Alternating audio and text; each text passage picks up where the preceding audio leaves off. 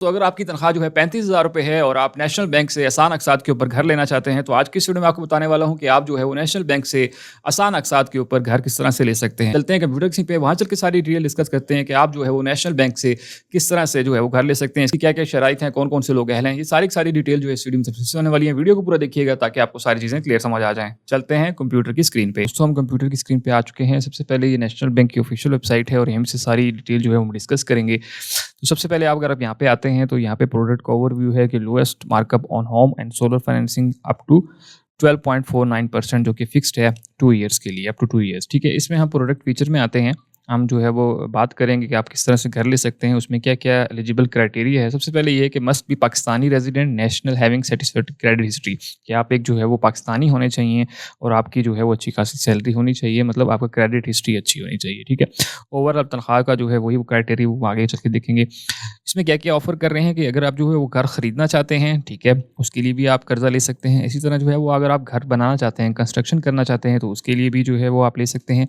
आप अगर ज़मीन खरीदना चाहते हैं और प्लस कंस्ट्रक्शन करना चाहते हैं, तो उसके लिए भी कर्ज़ा ले सकते हैं और होम इम्प्रूवमेंट्स के लिए भी ले सकते हैं। मतलब घर को जो है 1 स्टोरी या 2 स्टोरी करना चाह रहे हैं, उसके लिए ले सकते हैं। और बैलेंस ट्रांसफ़र फैसिलिटी भी इसके अंदर शामिल है कि अगर आपने किसी और बैंक से कर्ज़ा लिया हुआ है और आप चाह रहे हैं कि नेशनल बैंक जो है वो ईज़ी कर्ज़ा देके उनकी किस्तें उतार दूँ, तो देन आप वो चीज़ भी इसमें कर सकते हैं।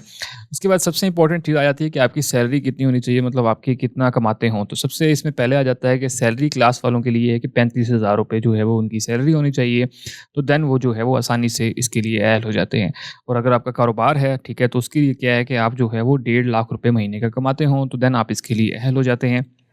लेंथ ऑफ सर्विस सबसे इंपॉर्टेंट चीज़ आ जाती है कि आपको कितना अरसा हो जाना चाहिए काम करते हुए। तो उसमें सबसे पहले है कि सैलरी वाले जो तनख्वाहदार हैं उनके लिए है कि मिनिमम जो है वो 1 साल जो आप करंट एम्प्लॉयर हैं उसके साथ आप जो हैं वो काम कर रहे हों, और इसी तरह जो है 3 साल जो है वो हो जाना चाहिए ओवरऑल आपको जॉब करते हुए। ठीक है, 1 साल मतलब अभी जिसके साथ काम कर रहे हैं उसके साथ 1 साल अरसा हो गया होगा, और 3 साल ओवरऑल आपको जो है वो तजर्बा हो गया। बेशक आप कॉन्ट्रैक्ट पे हैं या परमानेंट हैं, दोनों के लिए यही सेम है। ठीक है, उसके बाद आ जाते हैं कि बिज़नेस वाले। तो बिज़नेस में मिनिमम ये है कि आपको 3 साल का अरसा हो गया हो कम से कम, अगर आपकी शॉप है या कारोबार कर रहे हैं या कोई भी चीज़ है, तो 3 साल का अरसा जो है वो आपको हो जाना चाहिए।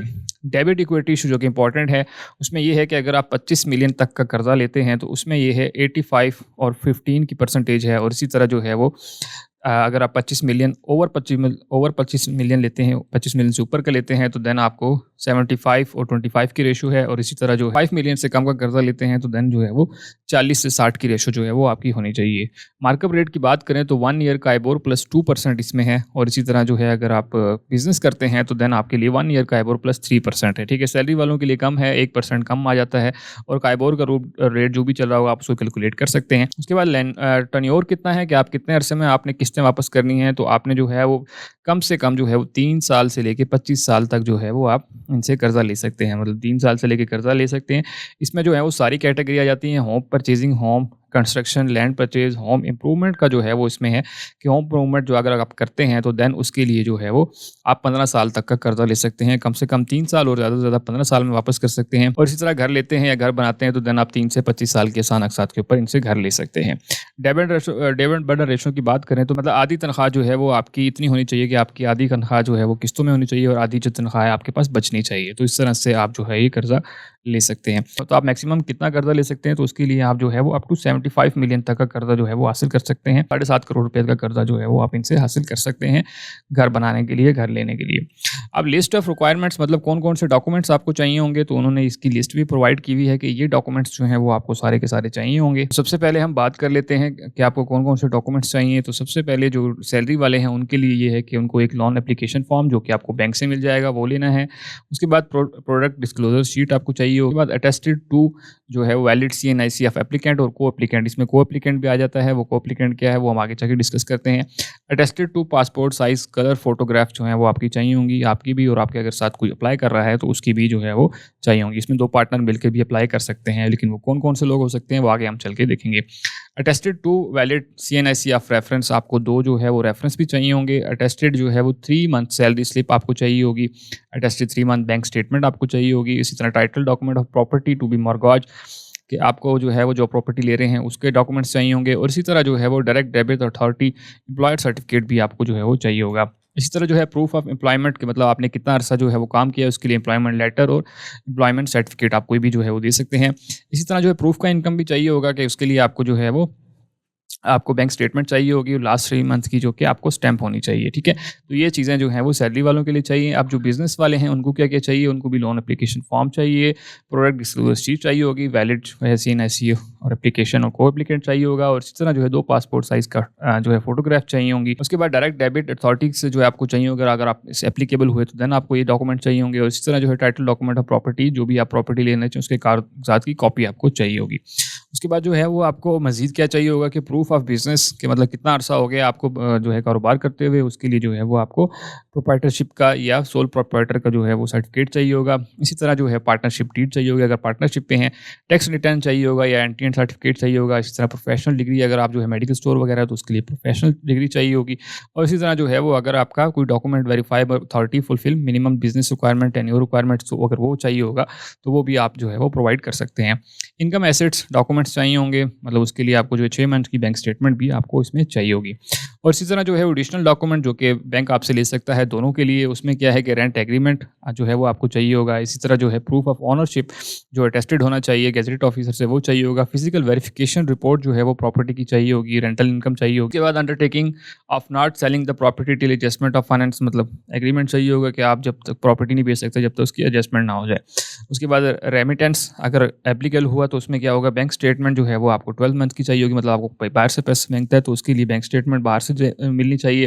प्रूफ ऑफ रेमिटर मतलब जॉब इनकम उसकी कितनी है, अगर कोई बाहर से अप्लाई कर रहा है तो उसके लिए वो चाहिए होगा। और term deposit national bank certificate proof of saving duly attested bye concern gazetted officer से चाहिए होगी। बैंक स्टेटमेंट आपको 6 मंथ की चाहिए होगी सेविंग इनकम्स की अगर मेंटेन है। इनकम टैक्स रिटर्न चाहिए होगा। Undertaking for not E and cash saving, ये सारी चीज़ें आपको चाहिए होंगी, लेकिन डिपेंड करता है कि आपको इसमें से कौन सा कागज़ चाहिए, वो आपको बैंक जो है वो बता देगा कि आप हमें ये चीज़ें प्रोवाइड कर दें। तो ये वो सारी लिस्ट थी जो कि आपके डॉक्यूमेंट्स जो हैं वो चाहिए होंगे, सबमिट करवाने होंगे। अब आ जाते हैं कि आपके पास मेन चीज़ कि आपके बेसिक क्वेश्चन होते हैं, वो क्या-क्या हैं, तो वो भी हम डिटेल से डिस्कस कर लेते हैं। तो थोड़े से हम जो है वो बेसिक क्वेश्चन ले लेते हैं। बेसिक क्वेश्चन में हम जो है वो सारे डिटेल से डिस्कस करने की वीडियो बहुत लंबी हो जाएगी। हम जो है बेसिक करेंगे। कौन-कौन से लोग अहल हैं वो ऑलरेडी मैं बता चुका हूँ।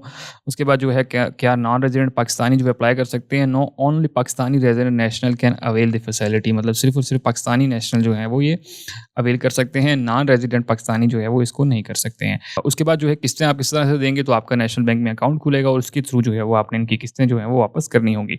उसके बाद जो क्या इसमें एप्लीकेंट भी शामिल हो सकता है। जी हाँ, बिल्कुल आपका जो एप्लीकेंट कौन-कौन हो सकता है, स्पाउस हो सकता है, पेरेंट हो सकते हैं और adult male children can be co-applicant, मतलब इसमें अगर आप 2 पार्टनर बनाते हैं तो उसमें ये हो जाएगा कि आपके 2 बंदे मिलकर भी जो है वो घर ले सकते हैं, ठीक है? और उनकी इनकम जो है वो क्लब भी हो सकती है। फॉर एग्ज़ाम्पल आपकी जो तनख्वाह है वो 15,000 है और एक की जो है 20,000 है, तो देन आप तो देन दोनों मिलके जो उनकी तनख्वाह होगी वो क्राइटेरिया जो है वो फिल कर लेगी। उसके बाद जो है वो किस-किस सिटी में अवेलेबल है, जहाँ भी नेशनल बैंक की ब्रांच है वहाँ पे ये आपको जो है स्कीम मिल जाएगी। प्रॉपर्टी की क्या वैल्यू होनी चाहिए, तो कोई भी प्रॉपर्टी की वैल्यू हो सकती है। आप 75 मिलियन तक 7 करोड़ तक का कर्जा जो है 7.5 करोड़ तक का कर्जा ले सकते हैं, तो इसमें कोई शर्त नहीं है, आपका जो है प्रॉपर्टी इससे कम ही होनी चाहिए।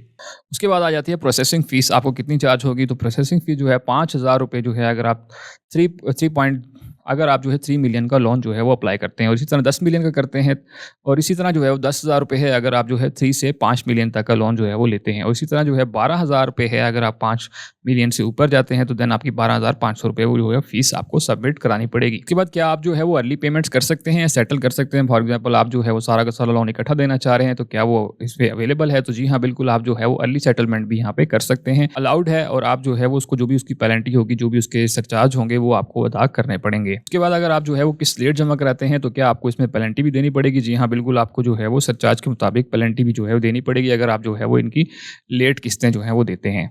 उसके बाद क्या प्रॉपर्टी की वेरिफिकेशन भी होगी? जी हाँ, बिल्कुल प्रॉपर्टी की प्रॉपर जो है वेरिफिकेशन होगी, सारी टीम उनकी आके चेक करेगी और देन उस हिसाब से उसकी जो भी वैल्यू होगी, उस हिसाब से आपको जो है वो कर्जा दिया जाएगा। उसके बाद सबसे इंपॉर्टेंट क्वेश्चन आ जाता है कि आप जो है वो क्या कमर्शियल प्रॉपर्टी भी ले सकते हैं? फॉर एग्जांपल दुकान वगैरह भी ले सकते हैं? तो जी नहीं, आप जो है वो कोई भी कमर्शियल प्रॉपर्टी जो है वो इसके थ्रू नहीं ले सकते हैं। इसी क्वेश्चन से जो कि आप जो है वो पूछना चाह रहे होते हैं और आपको इनका आइडिया हो गया होगा। अब आपने इसमें एप्लीकेशन किस तरह से जमा करानी है, तो यहाँ पे एप्लीकेशन फॉर्म आपको ज़रूरत नहीं है डाउनलोड करने की, आपको जो है ये बैंक से ही मिल जाएगा, ठीक है? उसके बाद जो है वो आप इनसे कॉन्टैक्ट कर सकते हैं या किसी भी अपनी नज़दीक तरीन नेशनल बैंक की ब्रांच में जा सकते हैं और वहाँ पे आपको सारी डिटेल जो है मिल जाएंगी। इसके अलावा इन्होंने यहाँ पे अपना नंबर भी दिया हुआ है, आप इस नंबर पे कॉल करके जो है वो डिटेल भी ले सकते हैं और आप ये जान सकते हैं कि आप जो है वो इतना कमाते हैं और ये सारी चीज़ें हैं, तो आपको कॉल पे ही वो बता देते हैं कि आप जो है वो इसके लिए अहल हैं या नहीं हैं। अगर अहल होंगे तो आपको यही कहेंगे कि आप अपनी करीबी नेशनल बैंक की ब्रांच में जाके विज़िट करें और वहाँ पे जो है वो अपनी एप्लीकेशन जो है जमा करा सकते हैं। दोस्तों ये वो सारी डिटेल थी कि आप किस तरह से नेशनल बैंक से आसान अक़सात के ऊपर अपना घर ले सकते हैं। होप सो आपको सारी चीज़ें क्लियर समझ आ गई होंगी। अगर आपका फिर भी कोई क्वेश्चन हो तो मुझे कमेंट सेक्शन में लाज़मी बताइएगा।